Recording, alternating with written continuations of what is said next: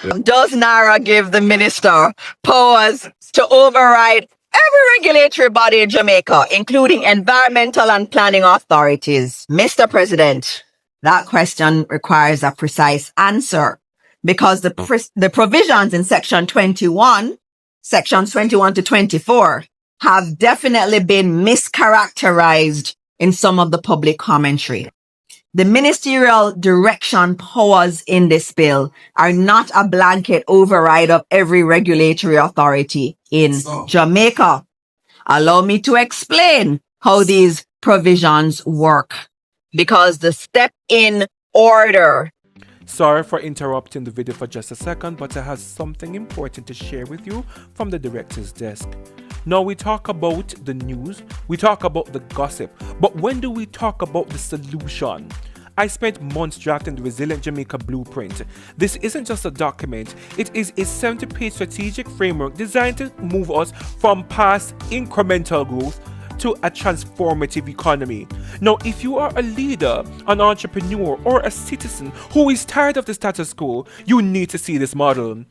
The link to download the full blueprint is right there in the description and the pinned comment below.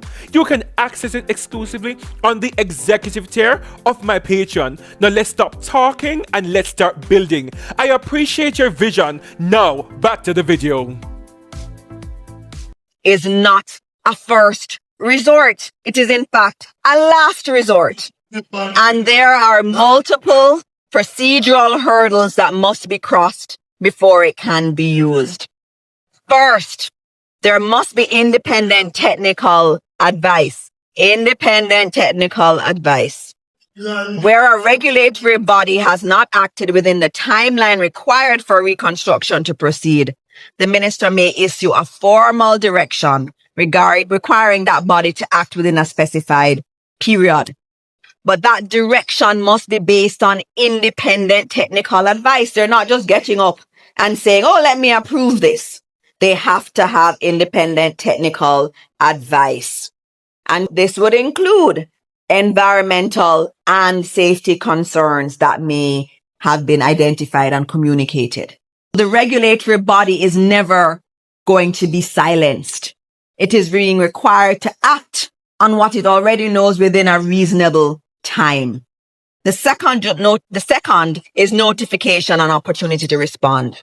Before a direction takes effect, the regulatory body must be notified and given an opportunity to explain why it has not acted and what outstanding issues remain.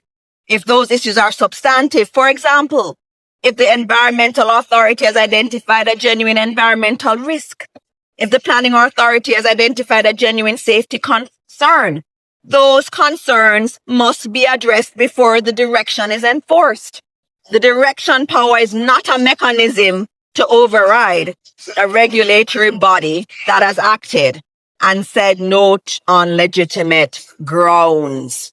Only when all of those steps have been exhausted. Independent technical advice, formal direction, notification, opportunity to respond, failure to act, does the step in order become available? Mr. President, in practical terms, Jamaica has a well-documented history of projects that have stalled for years, not because a regulatory body identified a genuine technical objection, but because the approval simply did not move. Planning permissions that sat in queues, environmental assessments that were submitted and never formally determined, interagency sign-offs that circulated between desks. We've seen that. The step in order is the mechanism of last resort for these situations. Let me give you one of my more recent examples. I got this week, but it's dated April 7, 2026, and it's something I've been waiting for a while. And you know what it is? A building permit. And I was so excited. This is the building permit for a fence at a school. It is the building permit for a school in Portmore. This school has had a security challenge. It has had criminals running through the schools. It's been a documented problem for years.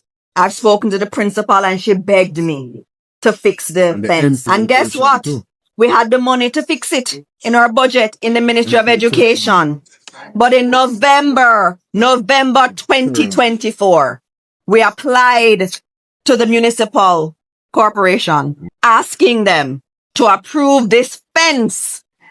A fence to protect our children. Today is May 1, the start of Child Month. May 1, to protect our children. I put in an application November 2024, and it's April 7, 2026 that we get it.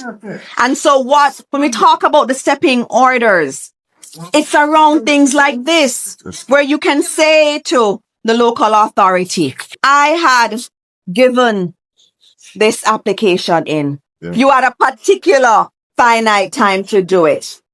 I know, but I'm just saying, what I'm saying is, we did it in November 2024, and we are here now. So, Mr. President, this is real. This is real. And so, it is important that we see what these stepping orders really are. It's about moving things forward. If you want to watch the rest of this video, subscribe to JATalks on YouTube and get the full video.